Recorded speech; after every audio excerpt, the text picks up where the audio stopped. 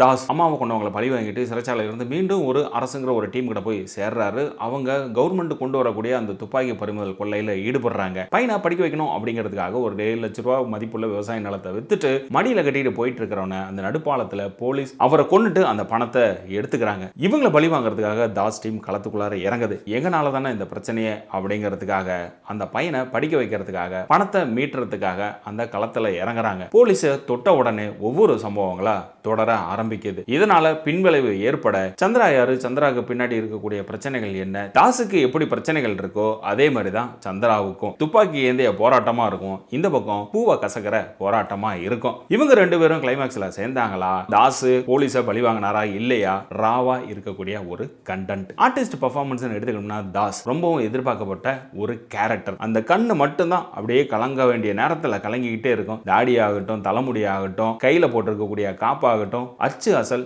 தம்பி நீங்க ரவுடி தான், நாங்க ஒத்துக்கிறோம் அப்படிங்கிற மாதிரியான ஒரு கேரக்டர் தான் நம்ம டைரக்டர் லோகேஷ் கனகராஜ். இவன் தான் என் ஹீரோ அப்படின்னு சொல்லக்கூடிய காட்சி அந்த இன்ட்ரோல் பிளாக், அந்த லாட்ஜில் நடக்கக்கூடிய ஒரு கத்திக்குத்து நிகழ்வு, சரமாரியா வரவன் போறவன் எல்லாத்தையுமே சொருவாப்ல. ஒவ்வொரு ஆக்ஷனும் அப்படியே பொறுமையா நின்று விளையாடுறதுக்காப்ல நம்ம ஹீரோ. அதே போல பாசத்துக்காக இயங்கக்கூடிய ஒரு கேரக்டரா பண்ணி இருந்திருக்காப்ல. சந்திரா கேரக்டர்ல வரக்கூடிய வாமிகா கபி ஒரு சீன் அப்படின்னு சொல்லணும்னா டாக்டரை சுட்ட உடனே கதறி அழுகக்கூடிய காட்சி செம சீனு. ஹீரோ மாதிரியே வாமிகாவும் ஒரு செம மாஸ் சீன் ஒன்று இருக்கு. ஸ்டேஷனுக்குள்ள என்ட்ரி ஆகுறப்ப ஷாலை அப்படியே ஓபன் பண்ணி விட்டு 2 துப்பாக்கி எடுத்து டம்மு டம்மு டம்முன்னு ஸ்டேஷனுக்குள்ள சுடுற சீன், இது ஹீரோவுக்கு மேல இருக்கக்கூடிய செம சீன்ல அப்படின்னு தோணும். டைரக்டர் அருண் மாதேஸ்வரன் இதுக்குள்ளார எவ்வளோ ராவான ரத்தங்களை தெரிக்க முடியும், குண்டுகளை எரிய முடியும் அப்படிங்கறது எல்லாமே தாண்டி எமோஷனல் உள்ளுக்குள்ளார வச்சிருந்திருக்காரு. இதுல வரக்கூடிய ஒவ்வொரு கேரக்டருமே ஒரு எமோஷனலான கண்டென்ட் இருக்கும். அழகா ஒரு தின் லேயர்ல படத்துல ஆரம்பத்துல இருந்து எண்டு வரைக்கும் அதை ஃபாலோ பண்ணிட்டு வந்திருப்பாரு. என்னதான் ராவா ரத்தம் தெரிகிற படமா இருந்தாலும்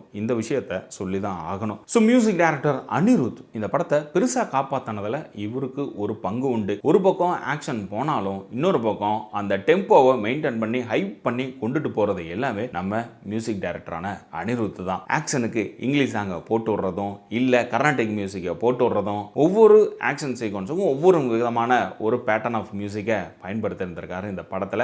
உங்களுக்கு ஒரு ராவான ஒரு கண்டென்ட் வேணும், இந்த படத்தை நீங்க ட்ரை பண்ணி பார்க்கலாம். இது 18+ கட்ட வார்த்தைகள் நிறைய வரும், தங்கள் நிறைய தெரிக்கும். லோகேஷ் கனகராஜோட பெர்ஃபார்மன்ஸ் எப்படி இருக்குன்னு பார்க்கணும்னு ஆசைப்பட்டாலும் இந்த படத்தை நீங்க ட்ரை பண்ணி பார்க்கலாம்.